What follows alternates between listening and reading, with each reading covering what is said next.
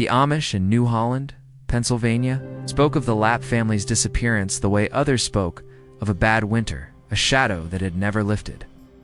It had been 10 years since Aaron Lapp, his wife Miriam, and their 5 children Lee, Michael, Sarah, Ruth, and baby, Daisy, vanished from their farm without a trace, leaving only a short note on the kitchen table, gone for the weekend. Visiting family for church matters. Will return Monday. Don't worry about the animals. Arranged for neighbor boys to help. But Monday came and went. The animals grew restless. The lamps in the Lapp home remained dark, and the family was never seen again. On this morning, the low gold light spilled across the creaking wooden floorboards of Levi Lapp's home. For most, it was just another day of tending fields and mending fences. For Levi, it was the anniversary, a day of remembrance that had replaced celebration with aching silence. Before dawn, Levi had cleared his living room, replacing the comfort of his sofa with neat rows of plain wooden chairs. The coffee table now sat in the barn to make space for what was coming. By 8 o'clock sharp, the room was full. Men in black suits and broad-brimmed hats, women in prayer coverings and somber dresses, members of their old order Amish community, gathered to pray, sing hymns in Pennsylvania Dutch, and remember the missing. For 2 hours, Minister Yodar spoke about faith and trials, about trusting God even when his purpose was hidden. No one dared say aloud the question gnawing at them all: how could an entire family vanish without a sound? By the time the mantel clock ticked past 10, most had gone, returning to their chores. Only the closest circle remained, family, lifelong. Friends and elders who had known Aaron since boyhood. Levi's eyes moved over them: Samuel and Rebecca Bear, Samuel's beard now streaked with gray. Mary Stoltzfus, Miriam's dearest friend, clutching a damp handkerchief. And old Joseph King, their nearest neighbor, hands folded tightly as if holding something back. Shall we? Levi's voice was quiet but firm. He gestured toward the old kitchen table they had dragged into the center of the room. The group drew closer. On the table lay a collection of fragile artifacts, photographs, small personal belongings, and at the center, encased in a plastic sleeve, the note that had started it all. Levi lifted it as if it were glass. He could recite every word by heart. Yet each time he read it, it felt stranger. "Every year we read this," Mary murmured. "Every year I wonder what church matters could take them away so suddenly." "And what family?" Samuel added sharply. "We are their family. We checked everywhere: Ohio, Indiana, even Ontario. No one saw them." Esther reached for a photograph, taken just days before they vanished. The family on their porch, Aaron, tall in his straw hat, Miriam beside him, holding Daisy, the children arranged by height. All smiling. Behind them, a clothesline swayed gently in the summer breeze. "Such beautiful children," Esther whispered. Eli would be 23 now. Michael, 21. Sarah, 19. Ruth, 14. And Daisy, our voice cracked. Daisy would be 10. Levi opened a manila folder thick with faded police reports. The investigation had been brief, slowed by the community's hesitance to involve the outside world. A week of questions led to nothing: no signs of foul play, no witnesses, and the authorities labeled it a voluntary disappearance before letting it go cold. "We did what we thought best," Joseph King said quietly, as though confessing. We don't take our troubles to the English police. We believed they would return, but they didn't." Rebecca's voice trembled. "And now, year after year, we gather here, wondering if we should have done more." No one spoke after that. The note lay between them, as it always did, familiar, ordinary, and holding the only clue to a mystery no one had been able to solve: Daniel Zook, one of the few who had lingered. After the service reached for a photograph from the police file, he studied it in silence, his brow knitting tighter the longer he looked. It was the same porch portrait Esther had been holding moments earlier, Miriam, and the children smiling in front of their home, but this was the official police. Copy, slightly larger, sharper, less forgiving, Levi. Daniel's voice was measured, almost wary. Your brother's family, they were leaving that morning for the weekend, yes? That's what the note said, Levi replied, unsure. Why the question was being asked? Why?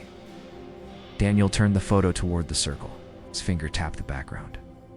The laundry line. Look closely. The clothes still dark with moisture along the hem. This was taken in the morning, you said? Samuel frowned. Why would Miriam hang a full wash on the morning they were leaving for 3 days? Daniel's voice had hardened now. Any Amish wife knows the sun would fade them, rain would ruin them, insects would feast on them. You don't leave wet. Washing out for days. The room grew still. Everyone leaned closer, eyes drawn to the small but now suspicious detail. Mary inhaled sharply. Wait, is that a vest? Is that bright colors, not plain clothing? Levi narrowed his eyes, mid the somber blacks and deep blues of their garments. One piece stood out fluorescent yellow-green, jarring against the others. His stomach tightened as recognition hit him. That's a police vest. Police? Esther's voice was sharp, cutting through the silence. Levi's mind pulled up an old name. Paul Breener. Officer Breener. He and Aaron were close, helped us off in fence repairs, barn raisings, always respectful of our ways. Joseph nodded slowly. I remember him. Good man. Never pushed the English ways on us. But why? Levi murmured. Would his vest be in Miriam's washing? He studied the photo again, now unable to unsee it, the bold word police half hidden in the folds. I don't recall him ever taking it back. Even after Aaron vanished, Breener still visited now and then, checking in on Mother, but he never mentioned a missing vest. Levi's voice softened. My Ribka God rest herp packed away Aaron and Miriam's things after we finally accepted they weren't coming home. The vest might still be among them. Esther's hands trembled as she set the photo down. Perhaps we should ask Officer Breener. It may mean nothing, but after 10 years, even the smallest thing could matter. Levi hesitated. Mother, what could he do now? The English police shelved the case long ago. We chose to accept God's will. Mary's gaze was unflinching. We say we accept, yet here we sit every year because we can't let it go. God's will is that we finally start looking for the truth. Levi exhaled slowly. I'll find the vest. At the very least, it should be returned to Breener. And when I do, I'll mention what we saw in that laundry. See how he reacts. Murmurs of agreement passed through the group. For the next half hour, they sifted through the remaining keepsakes. Aaron's well-worn hymnal, Miriam's quilting thimble, the children's crayon drawings, a corn-husk doll Sarah had cherished. Each piece was handled as though it were made of glass, each touch paired with a memory or a prayer. Asterisk by noon, the small gathering broke apart. Samuel adjusted his black hat. We'll see you at church Sunday. Thank you for hosting here, Rebecca said. It's better to remember them in a home than in the meeting house. It was Mother's idea, Levi said, glancing toward Esther. She thought maybe being in Aaron's space might bring us closer to something. One by one, buggies crunched away over the gravel drive until only Levi and his mother remained. Esther began collecting the photographs with deliberate care. I'll help put the furniture back, she offered. No, Mother, rest. I'll take you home and do it later. From the kitchen drawer, Levi retrieved 2 brass keys on a simple ring, the key to Aaron's home and to the second, long-abandoned farmhouse on the far parcel. They were cold in his palm. It's untouched for months. They walked to his car, a rare allowance for his furniture business, and he drove her the short distance to her small cottage on the family land. But the image of that bright police vest against Miriam's dark washing clung to him like a burr. When he left her, he didn't turn back toward his own home. Instead, he headed straight for Aaron's property. The driveway was choked with weeds. The maple Aaron had planted the year before his disappearance now loomed over the porch, its branches scraping the roof in the breeze. The key turned stiffly. In the lock, inside, the air was heavy with dust and stillness. Pale outlines on the walls marked where photographs had once hung. Ribka had packed away most of the valuables years ago, when hope had begun to fade. Asterisk Levi began his search in the most obvious places. The hallway closet held nothing but rusted hangers and mouse droppings. The storage room off the kitchen, once lined with Miriam's neatly labeled canning jars, stood empty save for a film of dust on the shelves. Something told him the vestif. It was still here, wasn't going to be in plain sight. The narrow stairs groaned beneath Levi's weight, each step protesting as though warning him away. The master bedroom door stood slightly ajar, the room beyond dim and stale. The bed frame was still there, stripped bare years ago, but at its foot sat a wooden chest he hadn't seen in a decade. Levi knelt beside it, fingers brushing away a thin layer of dust. The hinges complained when he lifted the lid, but held. Inside, everything had been arranged with the care of someone who couldn't bear to throw the past away, yet couldn't keep it in sight. Aaron's work shirt, the shoulders still faintly molded to his frame. A small wooden toy horse, worn smooth from a child's hand. And there, folded neatly on top, was the fluorescent police vest. Levi's chest tightened. The bold word police glinted faintly in reflective letters across the back and on the front. A stitched patch read P-Breener. The fabric smelled faintly of old cedar from the chest, scrubbed and clean as it had been. The morning Miriam washed it 10 years ago. He closed the lid with quiet care, the vest still in his hands, and pulled out his cell phone, one of his few concessions to modern convenience. Scrolling through his contacts, he found Officer Paul Breener's number. The two had exchanged it years back when Breener helped investigate vandalism at Levi's shop. The call rang 4 times before a familiar voice filled the line. "This is Paul. Leave a message." Levi hung up without speaking, explaining this. Over a cold recording didn't feel right. The thought of calling the station, working through a dispatcher, and retelling the story to strangers made him hesitate. No better to speak face to face, the way their people preferred. Tucking the vest under his arm, Levi started for the stairs. But halfway down he paused. A memory surfaced stirring, years before the disappearance, speaking about outside developers pressing to buy his land. Some project, some urgency. Aaron had brushed it off, but his tone had been unsettled. Levi stepped out onto the back porch, scanning the horizon. Nothing had changed. The same rolling farmland, the same split-rail fences, the same stand of oaks guarding the far property line. Whatever project had been imagined had died quietly, leaving the land untouched. He returned to his car, laying the vest gently on the passenger seat, and made a mental note to check the old farmhouse. The properties couldn't sit abandoned forever. The New Holland police station was a squat brick building on the edge of town, its American flag snapping in the afternoon breeze. Inside, the scent of coffee and floor wax mingled. Behind a desk, a young officer with a nameplate reading Jenkins looked up from his computer. "Good afternoon," Levi said evenly. "I'm looking for Officer Paul Breener. Is he in?" Jenkins shook his head. "Out in the field since noon. Can I help or take a message?" Levi adjusted the vest in his arms. "It's personal. I've got something of his from a while back." "When will he be back?"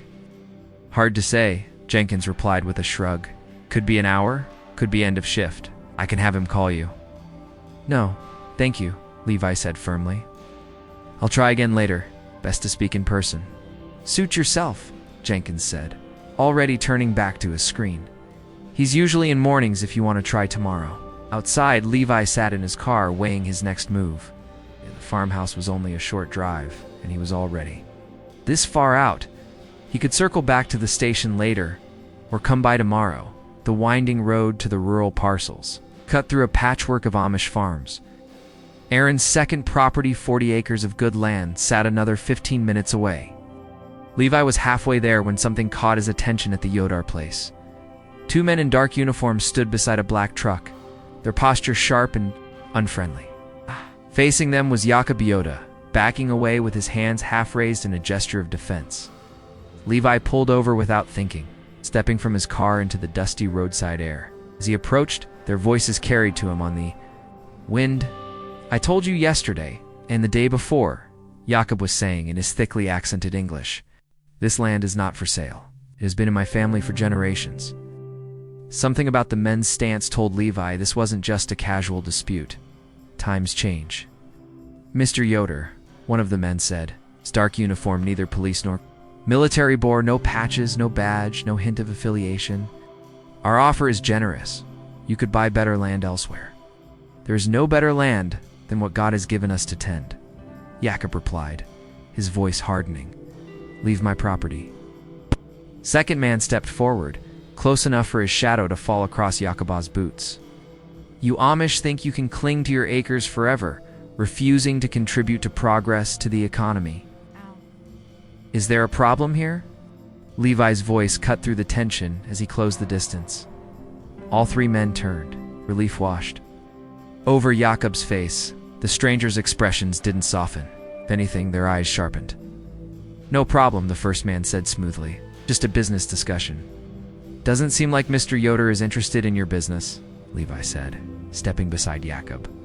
He's asked you to leave. The second man's jaw flexed. And you are? A neighbor?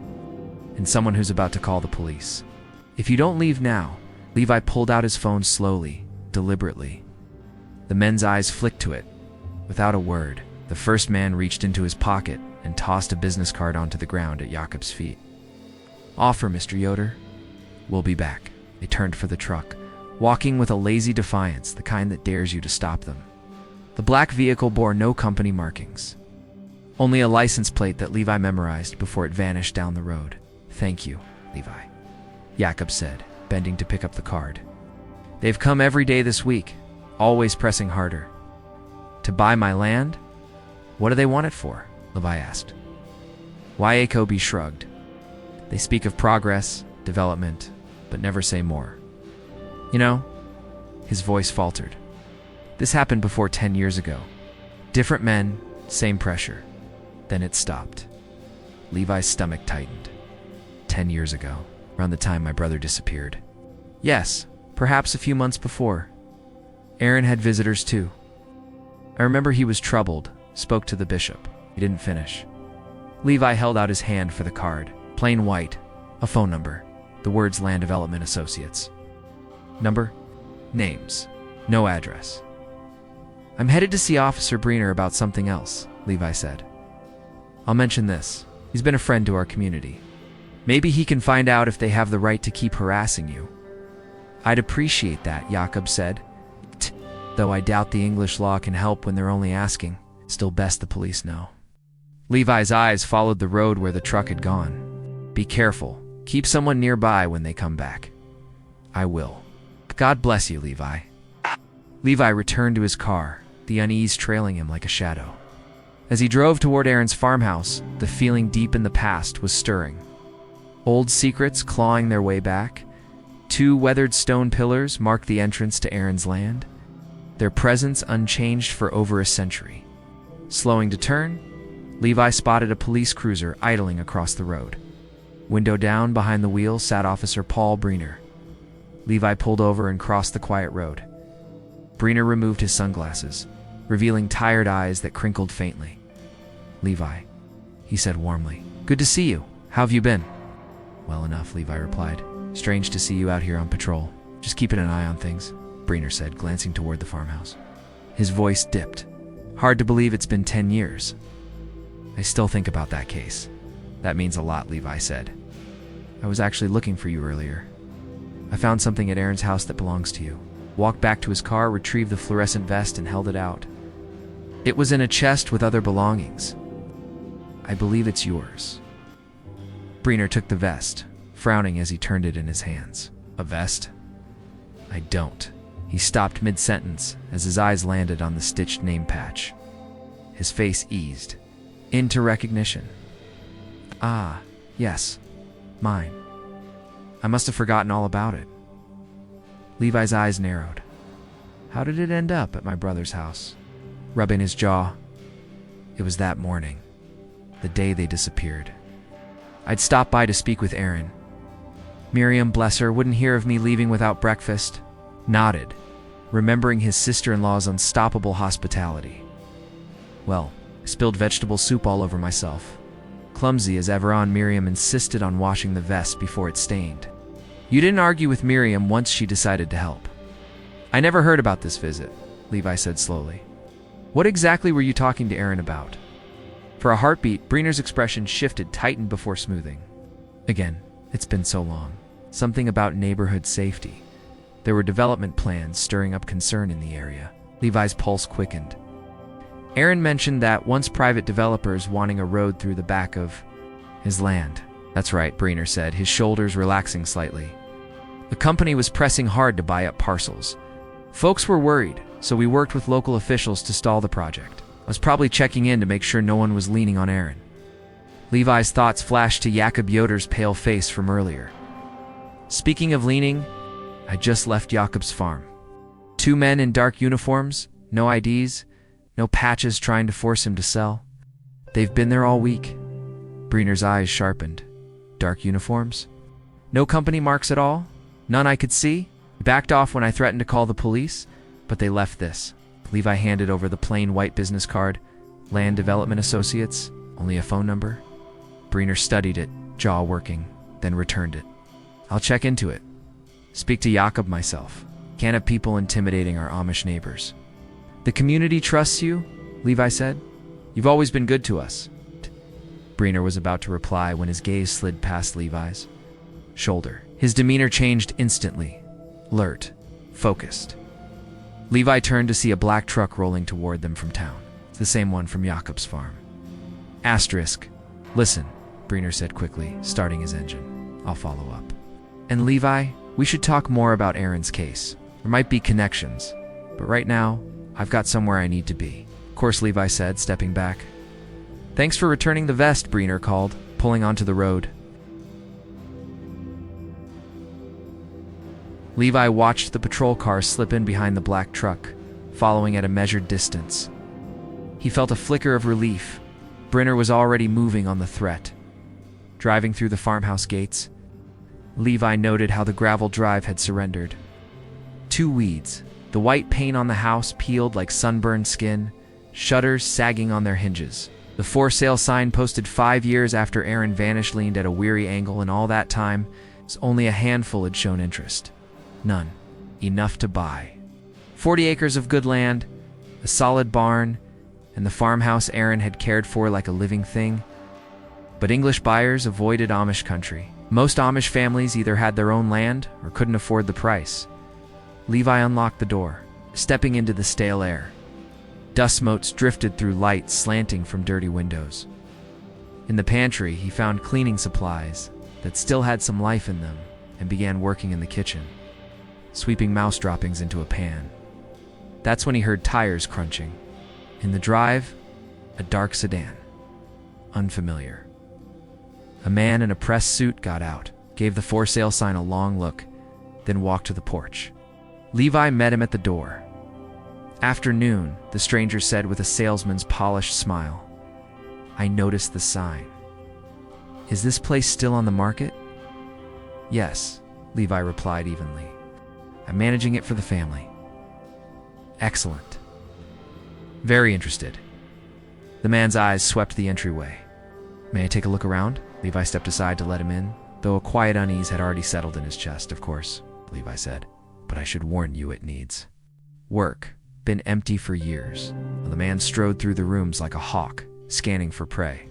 His eyes weren't lingering on the peeling paint or sagging floorboards, they were flicking to windows, gauging angles, sight lines, measuring something Levi couldn't name. What's your asking price? Levi gave the figure he'd settled.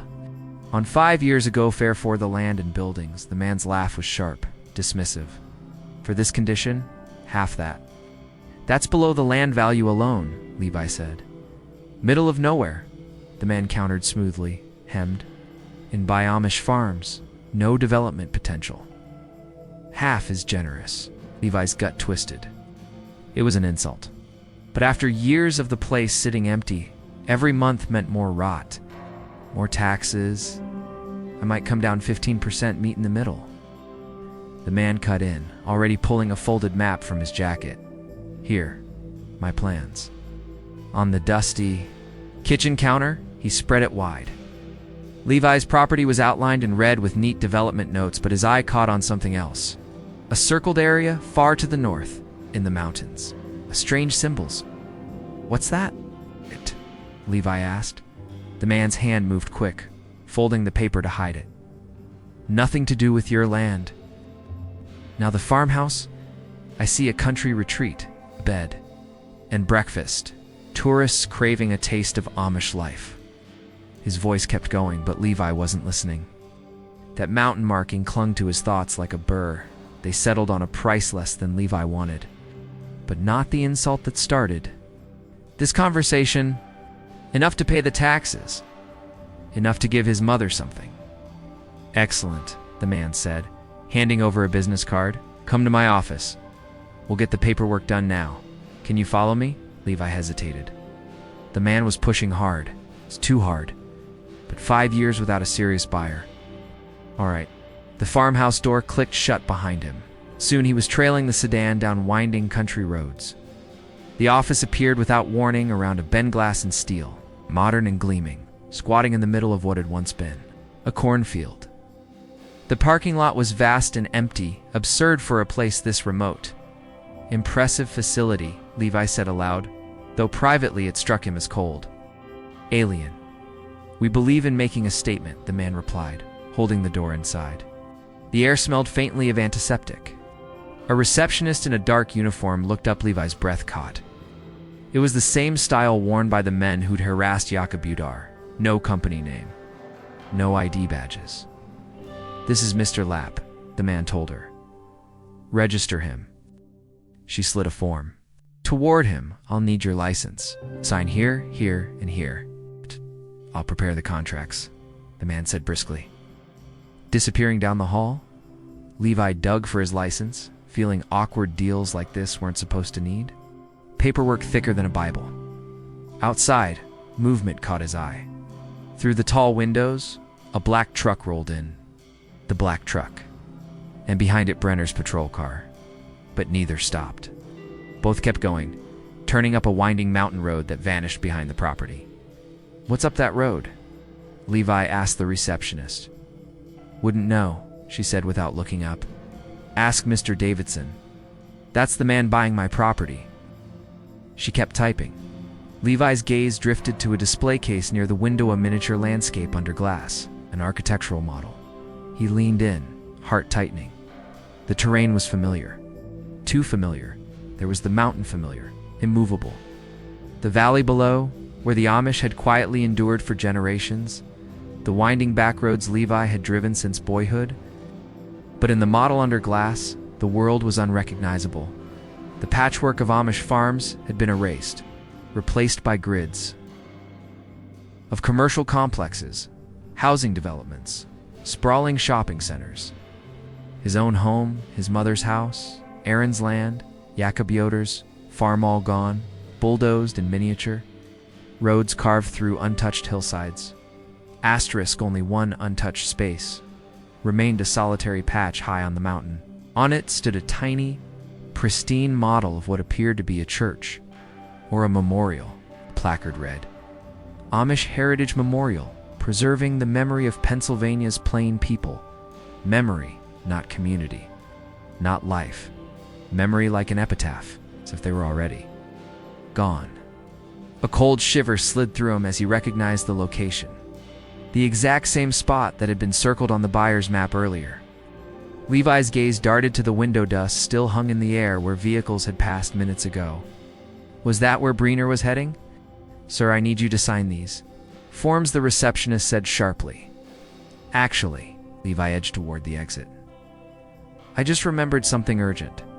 Please tell Mr. Davidson I'll need to reshade." Her eyes hardened. "He's waiting for you. All the paperwork is ready. I'll come back later today or tomorrow."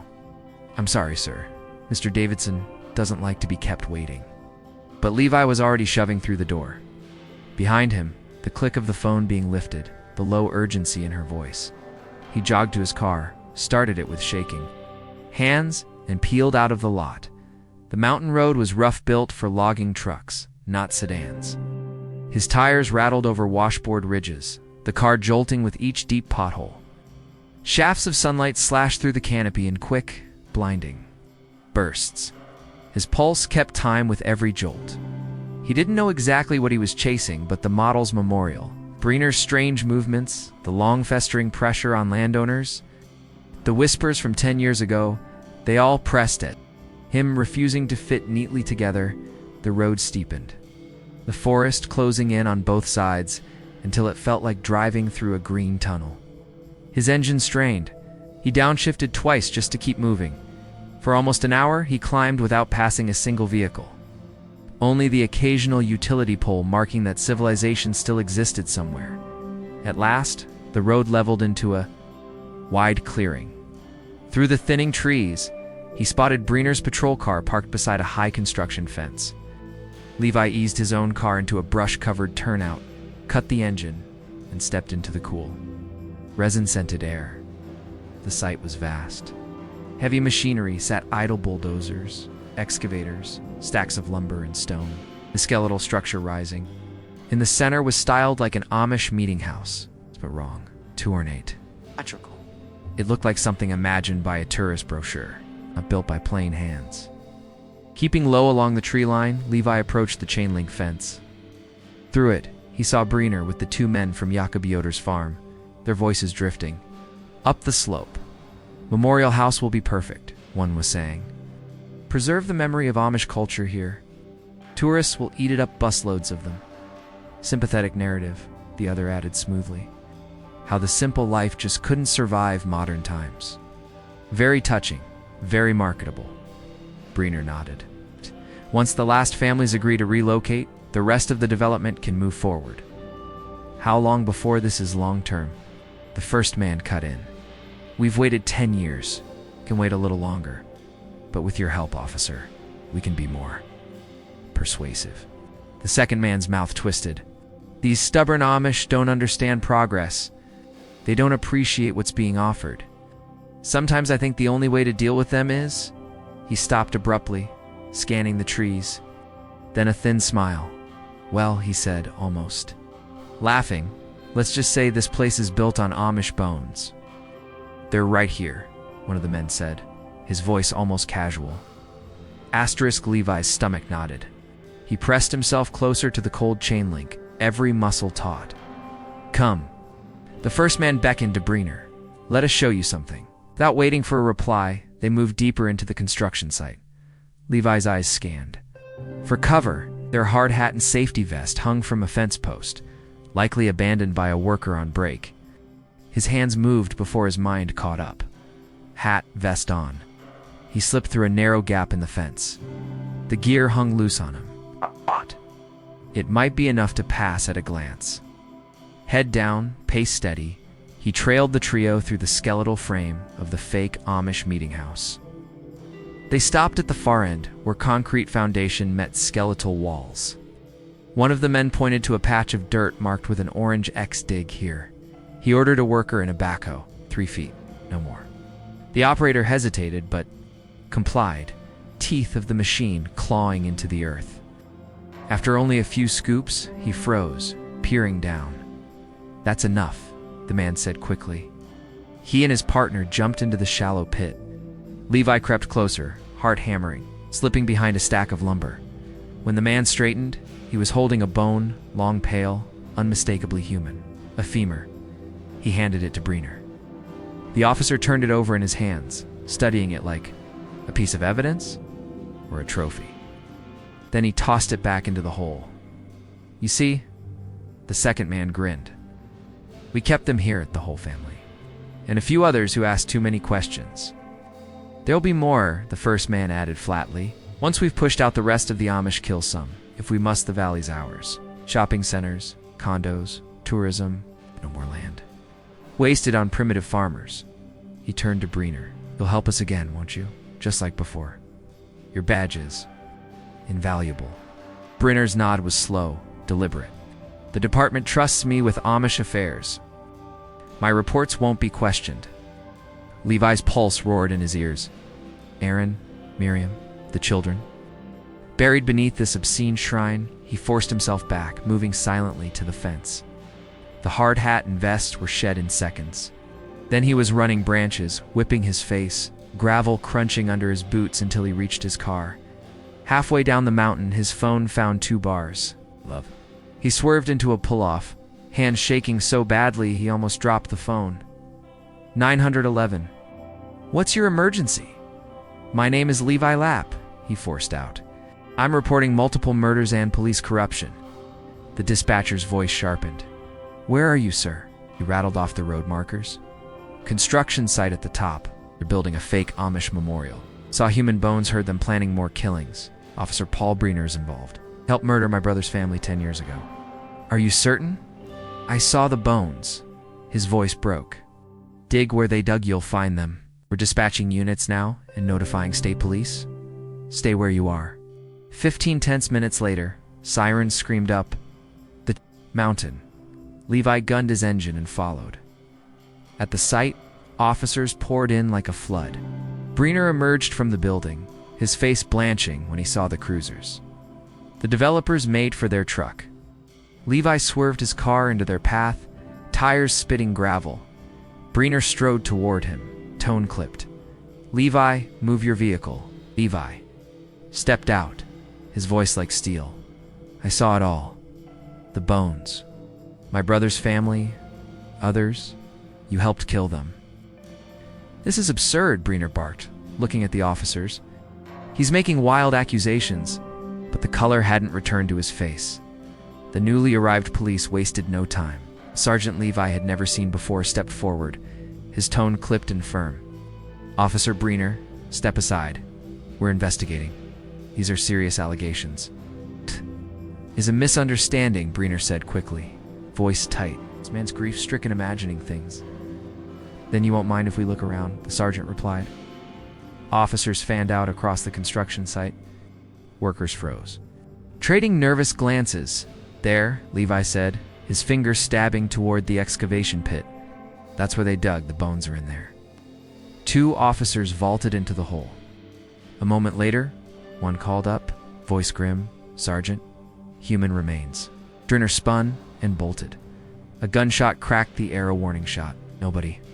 "Move," an officer barked. Breener stopped mid-stride. The 2 developers had almost reached their truck, but froze at the sound. Weapons drawn but angled low, officers closed in. "Hands behind your head, on your knees." One by one, Breener and the developers were cuffed. Breener's face had collapsed into something hollow, his authority stripped away. The developers sputtered protests, demanded lawyers. But the officers didn't flinch. "We need to hit their office," Levi told the sergeant, his voice hard.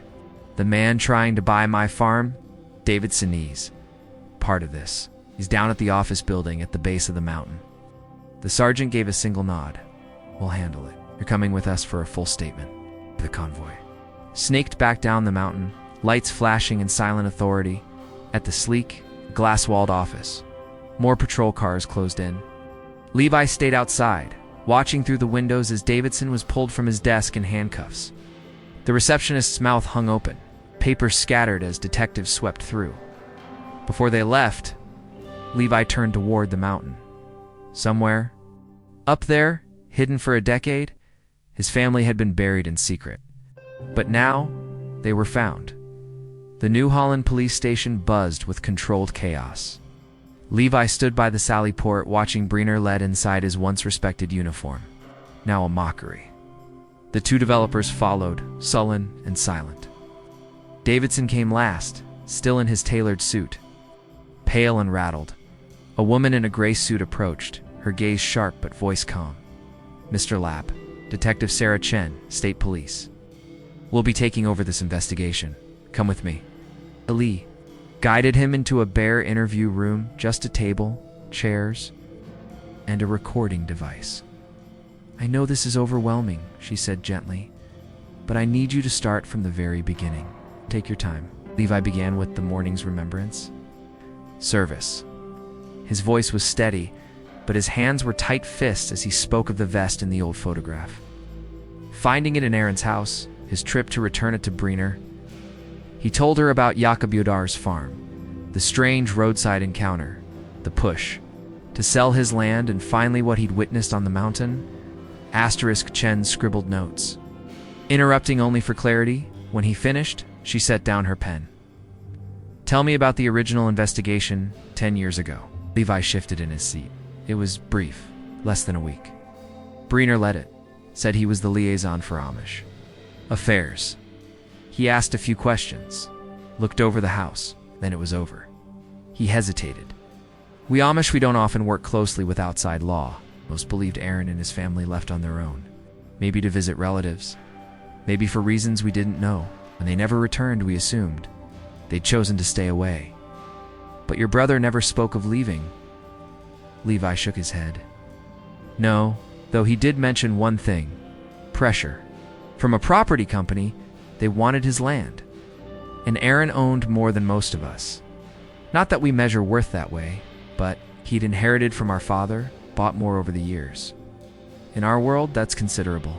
Detective Chen's eyes sharpened. We found something at Davidson's office. I want to hear this. She slid a small leather-bound book onto the table. Journal. Detailed. Meticulous. It outlines their entire operation and Officer Breener's role in it. Aliva Leaned forward, his breath caught. Breener wasn't just involved, Chen continued. He orchestrated it.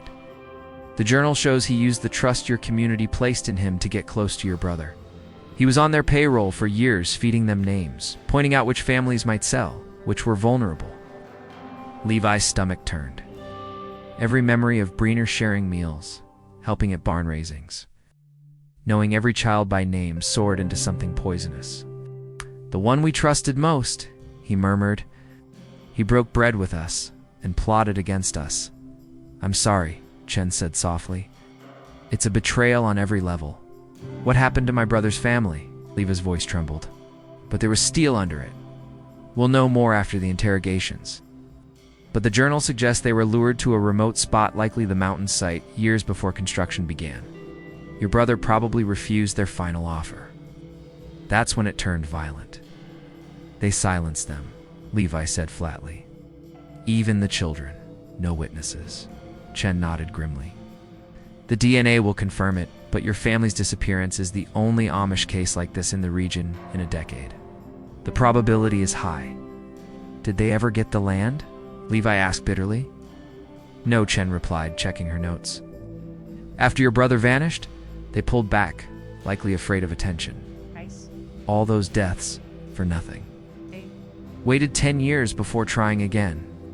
Levi pressed his palms to his face. He fought them, and we never knew. I was in Ohio at the time. I only came back after they were gone. If I had known, you can't shoulder that blame, Chen said firmly. The guilt belongs to the men who did this. Levi looked up. We Amish believe in acceptance yielding to God's will. Sometimes that makes us blind. We should have pushed harder. Should have questioned Breener instead of trusting him. Sharp knock at the door. An officer stepped in. Detective, the family member is here, Mrs. Esther Lapp. My mother, Levi said, standing abruptly. In the corridor, he found her bonnet askew, face pale with hope and dread. One look at his eyes and hers filled with tears. No, no, no, she whispered, the sound breaking. Levi caught her. As she sagged against him, they're just bones now, Mom, he said softly, his voice thick. Just bones. They clung to each other under the harsh fluorescent lights, grief flooding through them fresh, as if 10 years had been 10 minutes. Officers passed quietly, giving space to their private devastation. After a time, Detective Chen appeared. Mr. Lapp, Mrs. Lapp, the forensics team has preliminary findings, if you're ready. They were led to a quieter room, soft chairs. Tissue boxes within reach. A woman in a lab coat entered, her voice gentle but unwavering. Asterisk. Asterisk. I'm Dr. Martinez, forensics, she said. The remains we recovered date back roughly 10 years. Based on decomposition and soil analysis, we've identified bones from an adult male, an adult female, and several children different. Ages, a low, keening sound, escaped esterraw animal, and full of pain. Levi's hand closed around hers, steadying her as if she might collapse. We'll need DNA samples from you both to confirm, Dr. Martinez said gently, though her words carried the inevitability of a verdict. But the ages and numbers match your missing family. Esther's lips trembled. Can we see them? Her voice was a thread, fraying at the edges. Dr. Martinez hesitated, measuring the cost of what she was about to offer. There. Not intact remains, Mrs. Lapp, but if you feel it would help, we can show you what we've recovered." They followed her down a silent corridor to a stark, cold room.